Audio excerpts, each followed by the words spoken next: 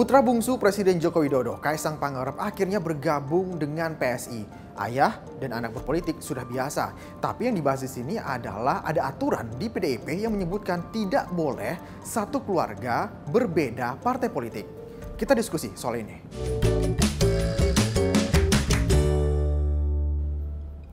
Sabtu 23 September, Kaisang Pangarep resmi menjadi anggota Partai Solidaritas Indonesia. Kartu tanda anggota diantar langsung oleh PSI ke rumah Jokowi di Solo, Jawa Tengah. Kaisang menyatakan PSI bukanlah partai yang baru baginya. Putra bungsu Presiden Jokowi ini menjelaskan komunikasi dengan PSI pun sudah dibangun sejak dulu dan antara dirinya dan PSI punya visi yang sama soal politik. Ini saya info sedikit dulu ya kan.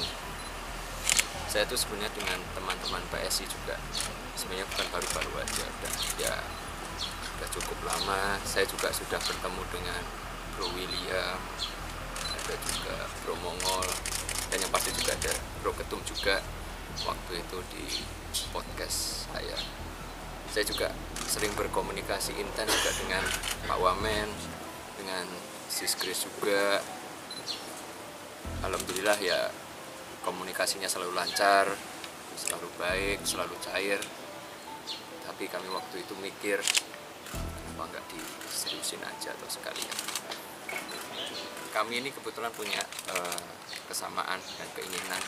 Kami ingin anak-anak muda itu bisa lebih terlibat di sektor publik. Karena kan kita tahu apalagi di pemilu, anak muda itu biasanya hanya dijadikan sebagai objek pasif. Kita mau mereka itu menjadi objek yang aktif, karena mau gimana pun masa depan Indonesia itu ya untuk anak muda Indonesia. Bergabungnya Kaisang ke PSI ditanggapi oleh sang ayah Presiden Joko Widodo. Presiden Jokowi menyatakan tidak bisa melarang sang anak karena sudah memiliki keluarga sendiri. Saya kan sudah sering menyampaikan, ya. Anak-anak itu kalau sudah berkeluarga, itu sudah punya rumah sendiri, sudah punya istri, ya sudah harus mandiri dan harus tanggung jawab. Artinya apa yang diputuskan itu pasti sudah menjadi tanggung jawabnya. Sudah, itu aja. Gimana? Ya biasa di dalam keluarga minta doa restu. Karena saya bilang tidak pun juga tetap akan jalan. Itu anak-anak saya seperti itu kalau mau tahu. Ya. Yang menjadi soal dalam ADART-nya, PDIP melarang satu keluarga memiliki perbedaan partai politik. Jokowi sendiri merupakan kader dari PDI Perjuangan. Beda pilihan parpol dalam satu keluarga pernah terjadi pada Gubernur Maluku Murad Ismail. PDIP akhirnya memecat Murad dari Ketua DPD PDIP Maluku karena sang istri menjadi kader Partai PAN. Menjawab perbedaan pilihan parpol dalam satu keluarga, PDIP menyatakan bahwa larangan berbeda partai bagi kader berlaku untuk keluarga inti seperti istri atau suami dan anak. Anak yang terkait dalam aturan tersebut yakni anak yang masih dalam tanggungan. Sementara Kaisang sudah memiliki keluarga sendiri, tapi PDIP menyatakan hal ini akan menjadi catatan tersendiri. Bakal Capres PDIP Ganjar Pranowo juga buka suara atas bergabungnya Kaisang ke PSI.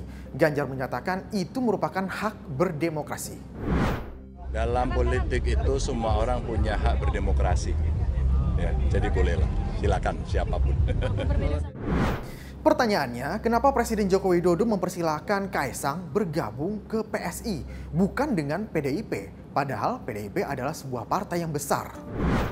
Harusnya kan ada aturan di PDI Perjuangan bahwa satu keluarga, satu partai. Meskipun belakangan dikatakan Mas Kaisang sudah punya keluarga sendiri. Tapi paling tidak dalam persepsi publik bahwa Pak Jokowi atau keluarga Jokowi itu tidak hanya PDI Perjuangan loh. Keluarga Pak Jokowi juga ada yang di PSI hari ini. Artinya partainya Pak Jokowi atau Pak Jokowi sudah terbelah soal partai. Ada PDI Perjuangan, ada yang lain lagi, ada PSI. Bahkan juga ada yang mengatakan Gerindra. Itu satu. Nah, artinya ini akan ada persepsi publik Pak Jokowi akan semakin menjauh Atau saya ganti kalimat yang lebih netral, Pak Jokowi semakin berjarak dengan PDI Perjuangan. Karena ternyata putra beliau juga ada di PSI. Jadi inilah saya kira terkait dengan partai itu yang bisa kita baca. Yang kedua, arah kode Pak Jokowi soal Pilpres. Nah, PDI Perjuangan sudah tegas ke Ganjar Pranowo. Nah, pertanyaannya PSI kemana? Kalau PSI ke Ganjar juga, mungkin soal Pilpres tidak terbelah. Tapi kalau ternyata PSI akhirnya mendukung Pak Prabowo, kalau kita baca belakangan cukup dekat, cukup intens komunikasi Pak Prabowo dan PSI, ternyata PSI mendukung Pak Prabowo, itu juga harus kita baca sebagai arah dukungan Pak Jokowi yang cukup kuat. Nah, itu yang kita tunggu. PSI Pilpresnya, Capresnya akan mendukung siapa. Tidak berhenti jadi anggota partai, tapi Kaisang Pangarep juga diusulkan jadi ketua umum PSI.